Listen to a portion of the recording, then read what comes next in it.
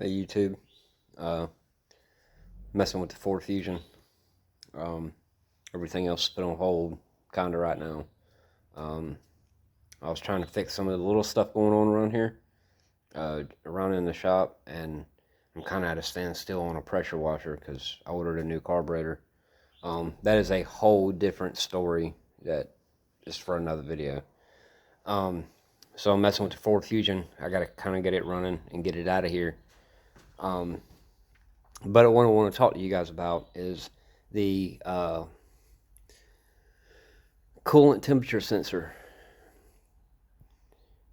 There wasn't any videos, decent ones, for the 3.0 V6 or 3.5, but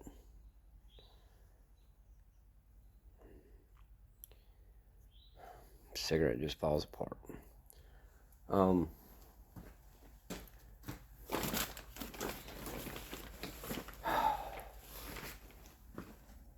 Anyway, so temperature sensor for 3.0, and I think it's for the 3.5 V6 also, but this is for sure 3.0. So this is the temperature sensor. It's got two,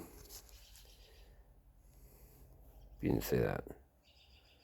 It's only got two little prongs in there. The only reason I'm showing you guys how to do this is because I couldn't find any videos on like location or anything like that. Random Allen key under the hood. Anyway, so the location of it is right in here. A threaded hole there. There's the connector for it right there. It's just kind of hanging there right now. But this is on the driver's side, right beside the battery.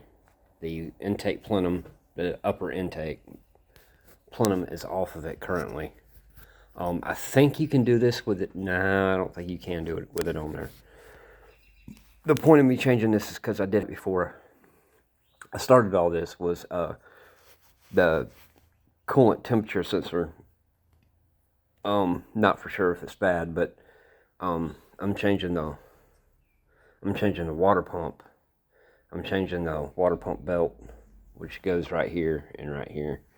I'm changing a little bit of everything. Intake will get new gaskets.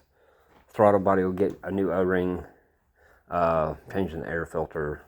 I've already changed the coil pack plugs and coil packs, the 3 in the back and 3 in the front. So I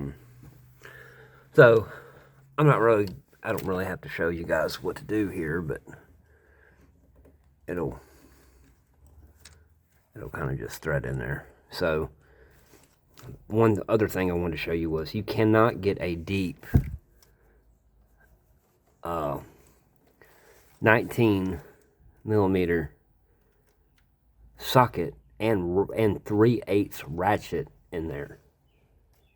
You don't have enough room unless you take off more components, which for me, I like to take off about as less as possible.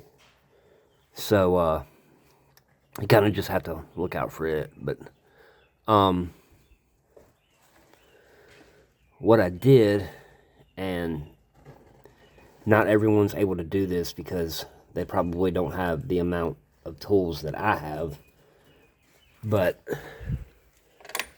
I took a deep 19, and you can tell it's not even cut straight, but it'll work. I cut maybe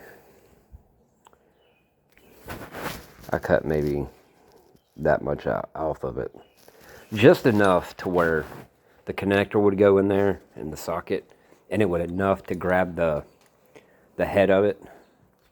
So see, you don't have a whole lot of room to work with down in there, so you kind of got to fish it in there, really, is what you got to do. but you kind of got to fish it in there. But that's kind of where we're at right now. So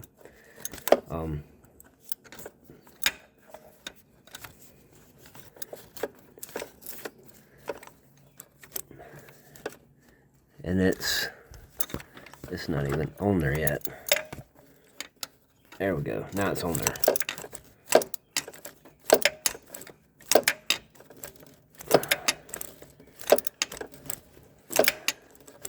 And I already threw the old one in the scrap bucket, so that's probably long gone.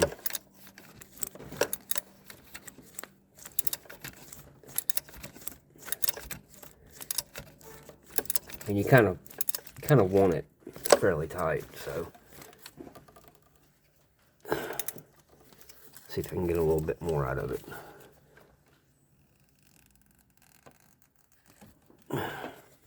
That's about as tight as what you would want it. And see, getting all this back out is another issue.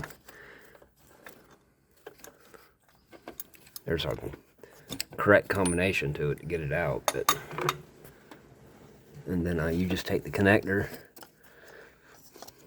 make sure it's facing the right way, and which is facing towards me,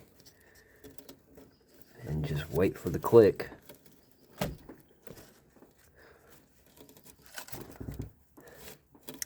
And there it is. That's it. And hopefully she doesn't leak. So that's it. Water pump is pretty self-explanatory. 3 bolts, gasket, no gasket sealer. Just put the gasket on, made it up. There is a torque spec for it for sure. 19 inch-pounds. No, yeah, 19 inch-pounds I think it is. I have to look that up for when I get ready to tighten it up, but yeah, that's it. So I hope this helps you guys out. That's pretty much it. I'll go over here and sip on my beer and get started on the water pump thing. So you guys take it easy.